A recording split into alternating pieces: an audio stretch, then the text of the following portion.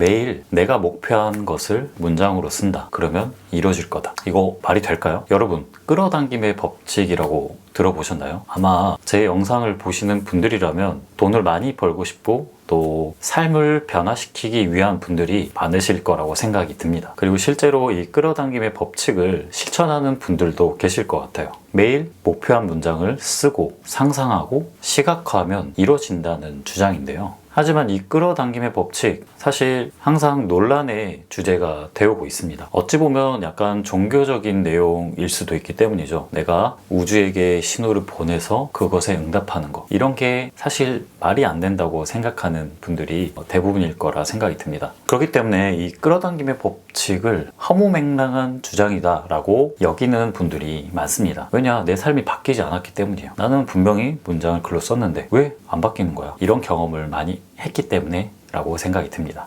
하지만 저는 이 끌어당김의 법칙을 3년 전부터 알게 되었고 내 삶에서 조금씩 이루어지고 있다는 것을 체감하고 있는데요. 오늘은 이 끌어당김의 법칙에 대해서 제 경험과 어떻게 해야 삶의 변화를 가져오는지 그 방법들을 말씀드려 보겠습니다. 나는 2025년 월 순익 1000만 원을 달성한다. 이건 제가 24년도에 적었던 문장인데요. 시간이 흘러서 어느덧 26년 2월이 됐습니다. 그런데 놀랍게도 25년에는 달성하진 못했지만 바로 그 다음에 26년 1월에 제가 실제로 월 순익 1000만 원을 달성하게 됩니다. 제가 하고 있는 블로그 마케팅 대행일로 순익 310만 원을 벌었고요. 거기에 공유 오피스 최대 매출이 나와서 순익 850만 원이 나오게 된 것이죠. 물론 이제 막 얻어낸 결과이고 공유 오피스 매출은 일시적인 것이기 때문에 다시 내려갈 가능성이 높습니다. 하지만 실제로 내가 목표했던 것을 달성했다는 것에 굉장히 큰 놀라움을 느꼈어요. 그리고 이게 진짜 되는구나 하는 것을 체감하게 되었습니다. 3년 전 그 당시 저에게는 이 월 1000만 원이라는 것이 굉장히 큰 목표였기 때문이죠. 제가 23년도 초부터 꾸준히 목표 문장을 썼다고 했잖아요. 그때 당시는 제가 뭘 할지도 몰랐어요. 블로그 마케팅 대행 일을 할 거라고 생각을 못했고 또 공유 오피스를 인수할 거라고는 생각을 전혀 못했습니다. 그런데도 그 당시에는 매일매일 10개씩 3년 뒤, 5년 뒤, 10년 뒤 목표한 문장을 계속 아이패드에 글을 적었습니다. 그리고 상상을 했어요. 이걸 이뤘을 때 느껴지는 감정들. 실제로 저는 너무나 설렜습니다. 그리고 그 원동력을 가지고 항상 책을 찾아서 읽고 열심히 내가 뭘 해야 될지를 탐색을 했던 것 같아요. 하지만 제가 본격적으로 퇴사를 하고 25년에는 일에 매진하느라 사실 이 목표 문장을 매일 쓰는 것을 하지를 못했습니다. 그럼에도 저는 항상 이 마음속에는 월 1000만 원을 달성할 거야 라는 다짐이 있었어요. 실제로 제 맥북 비번이나 이런 주변의 것들을 월 1000만 원이라고 설정을 해놨습니다. 그렇게 했더니 기회가 열렸고 또 방법이 보이기 시작했고, 그래서 저는 이걸 달성하기 위해서는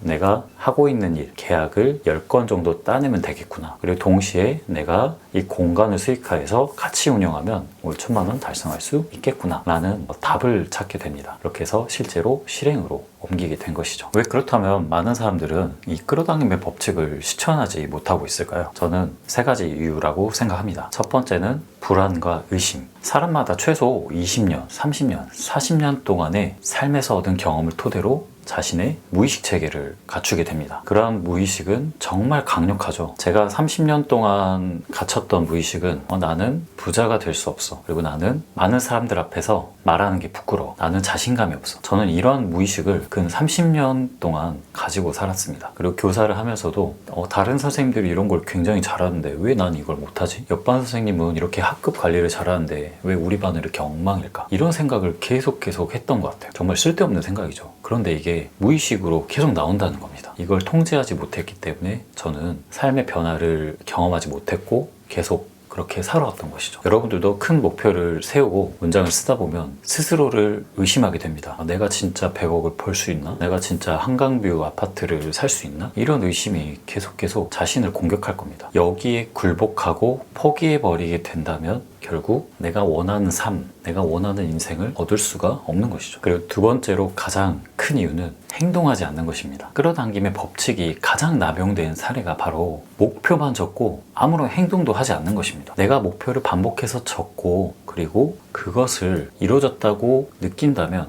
이제는 스스로 질문해야 됩니다. 나는 이것을 이루기 위해서 지금 당장 뭘 해야 하는가? 올해는 내가 어떤 성취를 이뤄내야 하는가? 단계별로 내가 행동 목표를 설정을 해야 되는데 이거를 하지를 않는다는 거죠. 이러한 답을 찾으려면 몰입의 과정이 필요합니다. 나에 대한 몰입. 내가 진짜로 원하는 일, 내가 진짜로 하고 싶은 일이 무엇인지 끊임없이 질문하고 생각해야 하는 것이죠. 내가 3년 뒤에 10억을 벌겠다고 한다면 여러분들은 최소 연에 3억 이상은 벌어야 됩니다. 그렇다면 이 3억을 벌기 위해서는 나는 어떤 제품을 어떻게 팔 것인지, 어떤 상품을 어디에 내놓을 것인지, 파이프라인을 어떤 것을 구축해서 이 돈을 벌 것인지 정말 구체적으로 디테일하게 생각을 하셔야 된다는 말입니다. 그리고 마지막으로 실패하는 이유 세 번째는 비전이 없는 겁니다. 내가 5년 뒤, 10년 뒤 무엇을 이루겠다, 무엇을 해내겠다는 것은 여러분 인생 단계에 있는 하나의 목표입니다. 작은 목표입니다. 그런데 이런 걸 이루고 나서 그냥 단지 내가 월 1,000만 원 벌겠다라는 목표, 그것만 있다면 이걸 성취했을 때 그 다음 스텝이 없다는 겁니다. 즉 전체적인 삶의 비전이 없다는 거죠. 내가 이 돈을 벌어서 어떻게 많은 사람들에게 도움을 줄 것인지, 어떻게 삶을 풍요롭게 할 것인지, 수백 명의 삶을 바꾸는 동기부여가 될 것인지, 이런 명확한 비전이 먼저 세워져야 합니다. 그래야 그것을 성취하기 위한 여러분의 목표가 설정이 되는 것이고, 그것을 이뤘을 때 느껴지는 것은 허무함이 아니라 뿌듯함, 만족스러움으로 가득 찰 것입니다. 회사를 200억, 100억으로 매각하신 분들이 왜 휴가를 즐기지 못하고 다시 또 새로운 사업을 시작할까요? 즉 그분들은 돈보다 중요한 가치, 내가 사업으로서 많은 사람들에게 가치를 준다는 그 비전이 있어야 했기 때문입니다. 단순히 돈이 목표가 된다면 여러분들은 금방 실망하고 말 거예요. 좀 더 명확한 삶의 비전을 세우시기를 바랍니다. 그렇다면 내가 어떻게 해야 조금 더 성과를 얻어낼 수 있을까? 이 끌어당김의 법칙을 조금 더 내 삶에 적용하려면 저는 이 세 가지를 권면해 드립니다. 첫 번째는 목표한 문장을 글로 쓰자. 여러분이 노트든 아이패드든 상관없습니다. 내가 감정을 담아서 꾹꾹 눌러서 손글씨로 직접 쓰는 것이 중요합니다. 그리고 그 내용을 평소에 시간이 된다면 자주 보는 것이 매우 중요하겠죠. 그리고 두 번째로는 감정으로 느끼는 것입니다. 여러분들이 목표한 문장을 실제로 적고 그것을 상상했을 때 여러분들은 어떤 느낌을 받으시나요? 두근거림, 설렘이 있다면 굉장히 좋은 신호입니다. 여러분의 뇌는 착각하는 것이죠. 정말로 여러분들이 원하는 그것을 이뤄냈다고 말입니다. 여러분들이 설정한 목표는 두근거림이 있어야 되고 거기서 감정을 느낄 수 있어야 됩니다. 저는 이게 가장 중요하다고 생각이 들어요. 예를 들어서 나는 2030년에 순자산 50억을 달성할 거다. 이것 자체가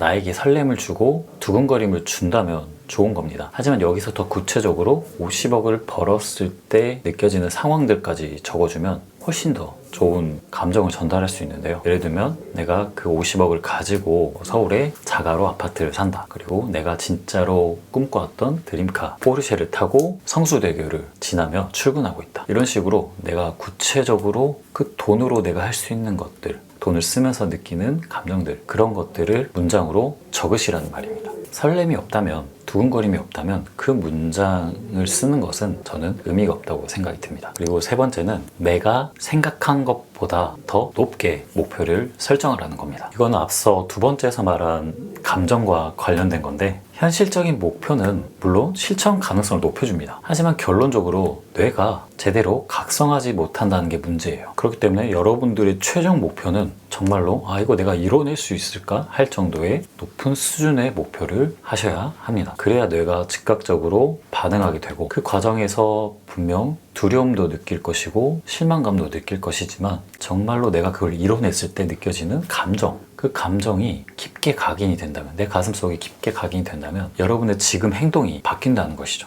나 이거 진짜 꼭 이루고 싶다. 그럼 내가 뭘 해야 될까? 나는 지금 당장 뭘 해야 되지? 질문을 하게 될 것이고 계속 공부하고 찾게 된다는 것입니다. 그리고 설사 이루어지지 못했더라도 그 목표와 근접하게 내가 가고 있다는 거예요.